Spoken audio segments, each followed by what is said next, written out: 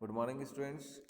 So today we'll continue on CSS. I told about CSS introduction. We've done it. Origin of CSS. Okay. Advantages we have cleared. Allows separating contents of an HTML document from the style and layout of that documents. And some more advantages हैं यहाँ पर. Okay. Easy maintenance है. Pages load faster. Superior style. CSS syntax I told you selector is your heading one. यहाँ पर जो है selector है, इसके अलावा हम टैग्स कुछ भी दे सकते हैं. Colour is your property. और डिक्लेरेशन जो ये सेमीकोलन है यहाँ पर जो डबल डॉट्स हैं, दैट इज़ डिक्लेरेशन पॉइंट. अब ये डिक्लेयर करेंगे कि blue colour. Text align declaration declare करेगा कि सेंटर में लेना है टेक्स्ट को, है ना. तो ये इस टाइप से आपका सिंटेक्स होता है. सीएसएस के सिंटेक्स हैं ये, इसको आपको समझ लेना है. नेक्स्ट इसके डिस्क्रिप्शन मैंने बता दिया था आपको. सेलेक्टर पॉइंट्स क्या काम करता है ना. डिक्लेरेशन ब्लॉक्स क्या कर रहा है. Next how to specify. इसमें इनलाइन, एम्बेडेड और एक्सटर्नल के बारे में मैंने आपको बताया कि inline style sheet use to apply a unique style for a single element. Embedded an internal style sheet may be used if one single page has a unique style. External style sheets, you can change the look of an entire website by changing just one file. External के through हम one time आप उसकी formatting कर सकते हैं और वो पूरे आपके वेबसाइट्स पर, हर वेब पेज पर अलाउ होगी, है ना. नेक्स्ट इनलाइन, इंटरनल और एक्सटर्नल का ये सिंटेक्स दिया हुआ था, मैंने आपको बताया प्रोग्राम्स के थ्रू. इसको आपको प्रैक्टिस करनी है, मोर एंड मोर प्रैक्टिस करनी है बेटा. पी स्टाइल, फॉन्ट फैमिली, मोनोस्पेसिया. हमने पी इज योर सेलेक्टर हो गया यहाँ पर, है ना. इस टाइप से आपको इसको फिनिश करना है. तो ये इनलाइन, इंटरनल और एक्सटर्नल सीएसएस फाइल्स आपको कंप्लीटली समझ में आनी चाहिए. Cascade order. What style will be used when there is more than one style specified for an HTML element? तो उसके लिए all the styles will cascade into a new virtual style sheet by the following rules, where number one has the highest priority, inline, external और browser default. ये मैंने आपको बता चुके हैं कि उनका जो ऑर्डर रहेगा, प्रीसीडेंसी ऑर्डर, वो किस टाइप से रहेगा, है ना. Priority order. CSS comments. इसी ये थोड़ा न्यू टॉपिक है, ये आपके उस चैप्टर में नहीं था. So comments are use to explain the code and may help when you edit the source code at a later time. तो कमेंट लाइन का यूज़ हम कर सकते हैं हमारे प्रोग्राम को ईजी बनाने में फॉर और अंडरस्टैंडिंग. कि आप मान लीजिए एक वेबसाइट क्रिएट करते हैं और उसका जो वेब कोड है, जो आपका HTML कोड है, वो बहुत ज़्यादा लेंथी है. उसमें आपने फंक्शंस का यूज़ किया है, उसमें आपने जो है इनलाइन टाइप की वो करी है, एक्सटर्नल टाइप का लिया है. तो आपको क्या आ जाएगा समझ में कि हम अगर कमेंट वहाँ पर पास कर दें कि भाई यहाँ पर हमने इनलाइन जो है स्टाइल शीट डिक्लेयर की है, यहाँ पर हमने एक्सटर्नल स्टाइल शीट डिक्लेयर की है, यहाँ हमने ये वाला टैग यूज़ किया है. तो अगर आप उसका डिस्क्रिप्शन टाइप करते हुए चलेंगे तो उस डिस्क्रिप्शन के थ्रू हम ईजिली उस कोड को समझ सकते हैं. ठीक है. बट अगर हम डायरेक्टली वो लाइन ऐड करेंगे तो वो हमारे ब्राउज़र पे भी जो है डिस्प्ले होती है. तो इसलिए यहाँ पर CSS प्रोवाइड्स कमेंट्स लाइन. तो कमेंट्स लाइन टाइप करने का कुछ जो है इसका सिंटेक्स है. उस सिंटेक्स के अंदर हम कुछ टाइप करते हैं तो वो आपके वेब ब्राउज़र पर डिस्प्ले नहीं होती. जब आप प्रोग्राम को वेबसाइट वेब पेज को हम जो है डिस्प्ले कराते हैं, तब उस वेब पेज पर वो लाइन डिस्प्ले नहीं होती. बट हमारे जो सोर्स कोड है, जो हमारा नोटपैड में हम टाइप करते हैं प्रोग्राम, उस टाइम ये चीज़ शो होती है. तो इसके लिए यहाँ पर जो है forward slash star and ends with star and forward slash, ये जो पैटर्न है, इसके बीच में हम जो भी लाइन टाइप करते हैं वो लाइन आपके वेब पेज पर डिस्प्ले नहीं होती है. ठीक है. फ़ॉन्ट साइज़ के बारे में, फ़ॉन्ट फैमिली के बारे में हमने देखा, फ़ॉन्ट स्टाइल, फ़ॉन्ट वेरिएंट, है ना. ये क्लियर हुआ आपका टॉपिक. फ़ॉन्ट फैमिली में कुछ भी आ सकता है, उसके generic family name, font family आपका जो है टाइम्स ऑफ न्यू रोमन, इस टाइप से जो नेम दिए हुए होते हैं. ठीक. So allows you to set a prioritized list of font family name and generic family name for the text content of a selected element. आप इसमें दोनों टाइप के जो है फॉन्ट फैमिली जो नेम है इनके, उनका यूज़ करके अपने वेब पेज को इफेक्टिव फॉन्ट्स यहाँ पर हम ऐड कर सकते हैं. ठीक है. सिंटेक्स, फॉन्ट फैमिली, का जो सिंटेक्स है वो किस टाइप का रहेगा, फॉन्ट फैमिली डिक्लेरेशन, पहले आपने पैराग्राफ ले लिया, font family declaration times new Roman times serif, इस टाइप से हम यूज कर सकते हैं।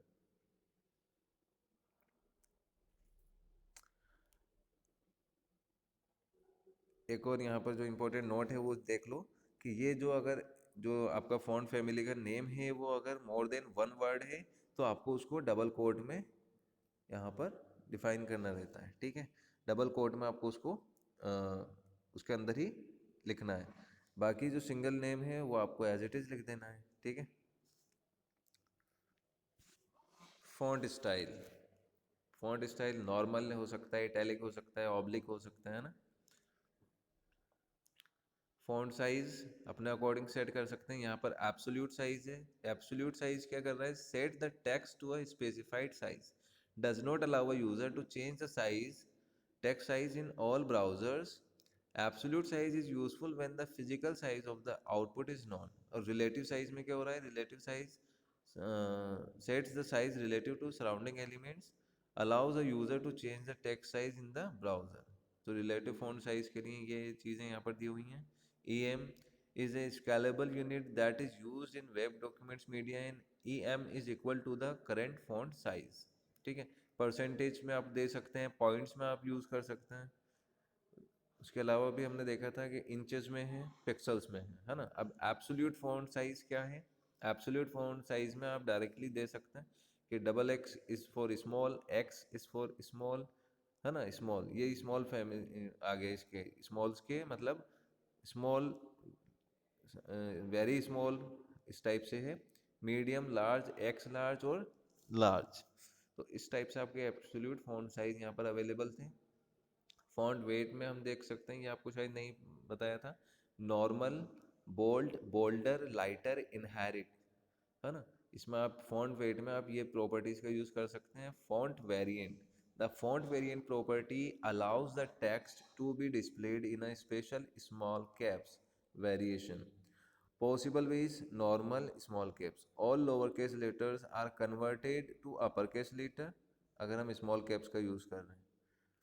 However, the converted uppercase letters appears in a smaller font size than the original uppercase letters in the text. Initial used to set a CSS property to its default value. Inherit specifies a property should inherit its value from its parent element.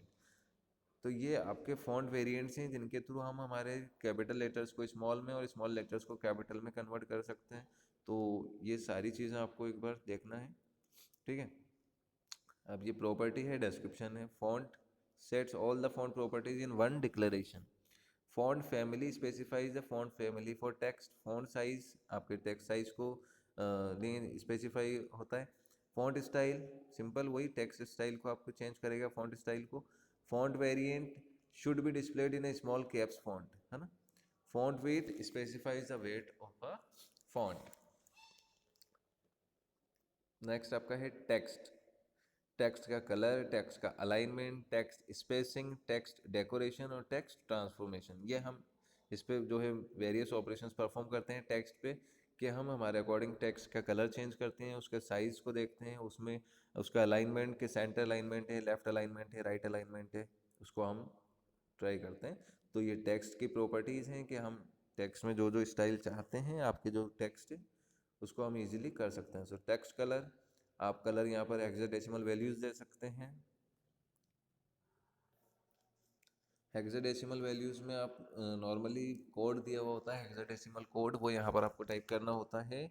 और या फिर हम colour name के according भी उसको add कर सकते हैं, या फिर आरजीबी वैल्यूज जो होती हैं उनके अकॉर्डिंग भी हम कलर टेक्स्ट का सेट कर सकते हैं। So that is your text colour property. इसमें मेनली 3 आपके जो हैं वेरियस वेज हैं जिसके थ्रू हम हमारे कलर्स ऐड कर सकते हैं टेक्स्ट में वेब ब्राउज़र पर।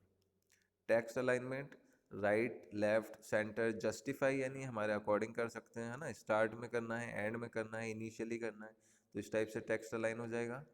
Text decoration, used to set or remove decoration from text. Possible values of this property are none. Define normal text. Text decoration अगर हम कर रहे हैं तो हम यहाँ पर उसमें टेक्स्ट जो है डेकोरेशन ऐड कर सकते हैं, रिमूव कर सकते हैं बाय द हेल्प ऑफ यहाँ पर कुछ प्रॉपर्टीज दी हुई हैं। None is defines normal text default text, अगर आप नन का यूज़ कर रहे हैं तो वो नॉर्मल टेक्स्ट ही वहाँ पर डिफाइन करेगा। अंडरलाइन अगर आप कर रहे हैं तो वो आपके टेक्स्ट के बिलो अंडरलाइन क्रिएट कर देगा, है ना, defines line below the text. Overline defines the line above the text. Line through defines the line through the text, यानी वो आपके जो टेक्स्ट है उसको कट कर देता है, एक लाइन हॉरिजॉन्टली उस पर क्लियर डिक्लेयर हो जाती है। लाइक आपने देखा होगा यहाँ पर अभी अमेजन वगैरह पे इन पे जो डील होती है, ऑफर होते हैं कि 700 वाला जो प्रोडक्ट है वो 300 में आ रहा है, ठीक है, इस टाइप के जो होते हैं, तो वो 700 वाली प्राइस पे एक हॉरिजॉन्टल लाइन ड्रॉ होती है, वो कट हुआ हुआ होता है ना। तो वो होता है ना जो आपका, वो लाइन थ्रू की वजह से होता है। Line through function, line through property उस पर अप्लाई की जाती है, इसलिए वो वाली रेट वहाँ से क्रॉस होके और फिर वो न्यू वाली वैल्यूज़, डिस्काउंट वाली वैल्यूज़ वहाँ पर अवेलेबल होती है, ऑफर वाली। तो इस टाइप से हमें यहाँ पर टेक्स्ट डेकोरेशन करना है। ब्लिंक टेक्स्ट होते हैं, आपने देखा होगा वेबसाइट पे कुछ टेक्स्ट ब्लिंक करते रहते हैं। इस टाइप से आपका जो है टेक्स्ट की प्रॉपर्टीज हैं, none, underline, overline, line through, blink. See text decoration में solid, double line, dotted line, dashed, wavy line, initial, inherit. आपको मैंने प्रोग्राम भी बताया है इसका। डिफॉल्ट वैल्यू सॉलिड रहेगी, the line will displayed as a single line. Double में क्या हो जाएगा, डबल लाइन डिस्प्ले हो जाएगी। डॉटेड में जो हमारी लाइन रहेगी वो डॉटेड फॉर्म में चेंज हो जाएगी। डैश में डैश टाइप की वहाँ पर लाइन, जो आपके एलिमेंट पर अगर हमने डेकोरेट कर रहे हैं तो वो जो एलिमेंट है आपका, चाहे वो इमेज हो या टेक्स्ट हो, वो आपका उस टाइप की, जिस टाइप की जो है आप प्रॉपर्टी यूज कर रहे हैं उसी के अकॉर्डिंग वो वहां पर डिस्प्ले हो जाएगा। टेक्स्ट डेकोरेशन में अंडरलाइन, ओवरलाइन, लाइन थ्रू, ये सब चीजें ही आएंगी, इसके अलावा कुछ और है नहीं इसमें। Text transformation use to set the cases of for a text. Case transformation symbol समझ लो आप। कैसेस का मीन्स है आपका जो lower case, upper case, toggle case होता है ना, कैपिटलाइज्ड ईच वर्ड होता है कि फर्स्ट लेटर हमेशा कैपिटल आएगा लाइन का या पैराग्राफ का, जो नॉर्मली आप अपने अकॉर्डिंग सेट कर सकते हैं। तो वो यहाँ पर है कि हम हमारे जो लैंग्वेज, जो हम पैराग्राफ टाइप कर रहे हो, मान लो आप किसी प्रोडक्ट का डिस्क्रिप्शन टाइप कर रहे हो, तो वो डिस्क्रिप्शन आपका लोअर केस में रहेगा, अपर केस में रहेगा, या उसमें जो है कैपिटलाइज्ड का मीन्स होता है कि हर जो वर्ड है वो फर्स्ट लेटर ऑलवेज कैपिटल हो जाएगा। तो इस टाइप से यहाँ पर कुछ प्रॉपर्टीज दे रखी हैं, that is for text transformation के लिए, तो आपको इनको चेक कर लेना है एक बार। टेक्स्ट इंडेंटेशन, ये थोड़ा सा इंपॉर्टेंट टॉपिक है। Use to specify the indentation of the text of the first line of a text. जो हम देखते हैं कि हम पैराग्राफ जब हम राइट करते हैं तो फर्स्ट, जब पैराग्राफ स्टार्ट होता है तो वहाँ से हम 2-3 वर्ड्स के लगभग जो है उसकी स्पेस हम छोड़ देते हैं, है ना। तो वो जो स्पेस हम छोड़ते हैं that is your text indentation. जो एक स्मॉल स्पेस हम पैराग्राफ राइटिंग से पहले लेते हैं ना, फर्स्ट लाइन से पहले थोड़ा हाफ लाइन पे आ जाते हैं, 2-3 वर्ड्स का गैप देके हम लगभग इतना ले लेते हैं, तो वो चीज़ आपका है text indentation. Use to specify the indentation of the first line of a text. Possible values for the text indentation property are, percentage में रहेगा और लेंथ रहेगी। अब आप अपने अकॉर्डिंग वहाँ पर सेट कर सकते हैं कि मान लो आपका जो लाइन है 100% तो हमने 20% मार्जिन वहाँ पर ले लिया, that is your indentation. Okay, उसके लेंथ हम डिफाइन कर सकते हैं पिक्सल्स में, पॉइंट्स में, सेंटीमीटर्स में।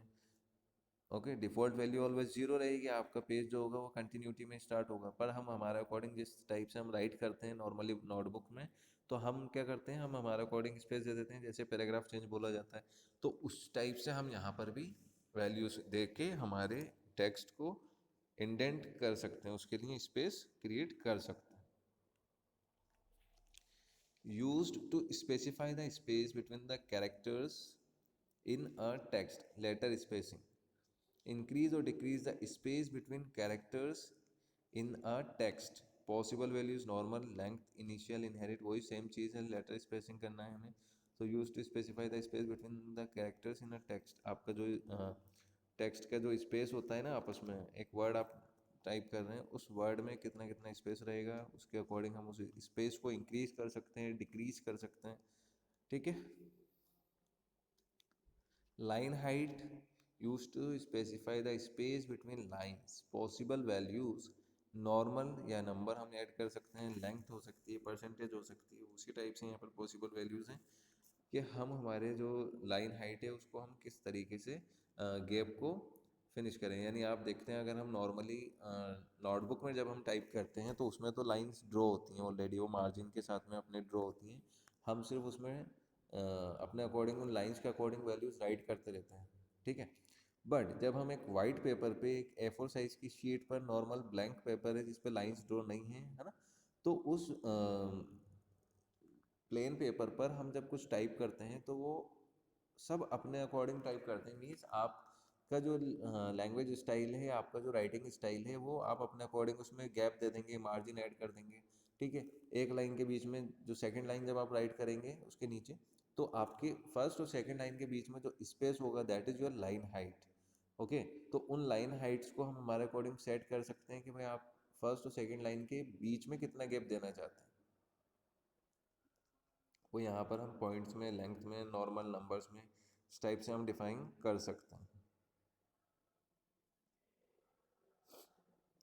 टेक्स्ट डायरेक्शन सेट हो सकता है कि use to change the text direction of an element, right to left या लेफ्ट टू राइट।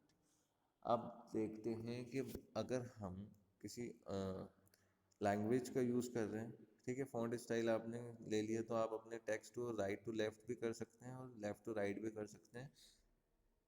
किसी एक इमेज के अकॉर्डिंग अगर हम देखें तो हमने एक प्रोग्राम देखा था कि एक इमेज के साथ में हम जो इमेज ऐड कर रही थी टाइगर की, तो उसमें लेफ्ट साइड में हमने टेक्स्ट अलाइन कर दिया था, है ना।